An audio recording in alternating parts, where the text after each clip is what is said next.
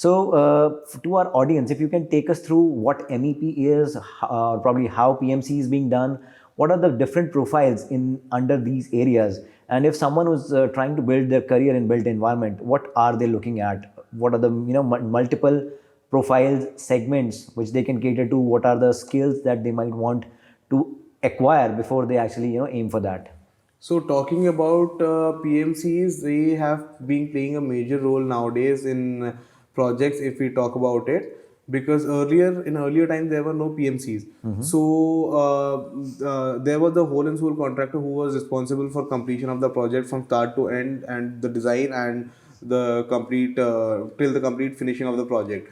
But now, since qualified professionals have started coming in the industry and joining the industry, so this also increases the confidence of the customer or the client that is getting the end product, as well as it has also smoothened the process, the processes that are there from starting from the designing stage till the execution stage.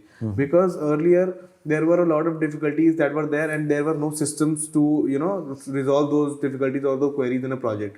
But now, since we have PMCs, these have technically qualified and professionals who are there to help the contractor, the execution team, as well as the client. So for each and everything, we have systems in place, like the transactions that are happening for these projects, so that are being verified and checked by the teams in the PMCs. So apart from that, the different vendor management, because in a project you will have 10 to 20 vendors, including MEP, the HVAC contractors, plumbing contractors, electrical contractors, civil contractors, interior contractors. So you will have 10 to 20 of vendors who are there on the project, and to manage them and to keep them at the same level and the same pace of the project that is being executed at site. So that has to be done, and that is also being managed by the PMCs. Apart from that, if they're in the designing stage itself, the PMC is involved in clearing out the designs, what is practically feasible and what is not according to design. Because many times what happens, we see clashes that that the design has, but practically at site many things aren't possible because of the services being there, or because there was some error in the construction itself. So after the finished product, there are a lot of clashes between the services and the structure. So that also the PMC is there to resolve. So PMC project management companies have played a major role. If we look about a few years back down the line. So now PMCs are playing a major role in the private sector as well, which was not there earlier. So I would definitely say that I have myself completed my MBA in construction project management, and that can be a really good add-on when you join the civil industry. If you want to join the construction industry, if you want to join the project management consultancy firm, or apart from that, if you also want to join real estate, so you should definitely know the technical skills which they provide you with. Along with that, the soft skills or the processes that they teach you that are required. Because I am myself doing some project in Delhi, and they have their PMCs there to manage those projects. And I also have met people who are from RACs and they are managing those projects. So it feels really nice, to see people who are there from our fraternity to join the industry, and serving the industry as well.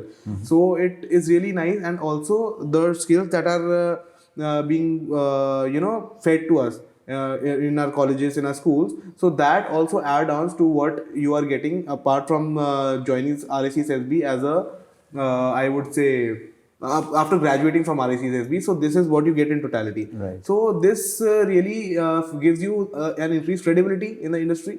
And apart from that, there's a major difference between, of course, experience plays a major role here in our industry. Apart from that, qualifications nowadays matter a lot, because if we go through the tendering process, if we go through the pre-qualification criteria process, so if you have those qualifications with us, they you have to tend to have a definitive edge there. Right. If you're competing against people who don't have that qualifications, or who are experienced enough but do not have the qualifications right to fit, to have a major outlook on what the project offers. So that is why, because projects nowadays have also in terms of scale as in terms of technicals have changed much, and now people need to work on the shop drawings, people need to work on the transactions, people need to work on their material procurement strategy, and people need to also work on their execution team. Earlier none of this was there. Earlier the contractor was only able to focus on the execution team. So now all of these things have come into play, and to understand and to make all of these things better, you need all those qualifications that are being provided in these institutes. So I would definitely say that there is a lot of scope for people who are pursuing these courses, and they also have a major future as well, because the field and the industry now is growing as a whole. And in the future we can see many more, the construction industries tend to grow in the coming times, and to manage all of these projects we will need qualified professionals in the future. So I can definitely see a really bright and good future ahead of us if we talk about this construction project management in a whole. Sure, and it is, a variety of areas and streams which are available, Yes, not just definitely. the architect or the site engineer that, it's a general thought. Yes. This is the area is way beyond too big, and there are multiple roles a person can play when they enter this industry.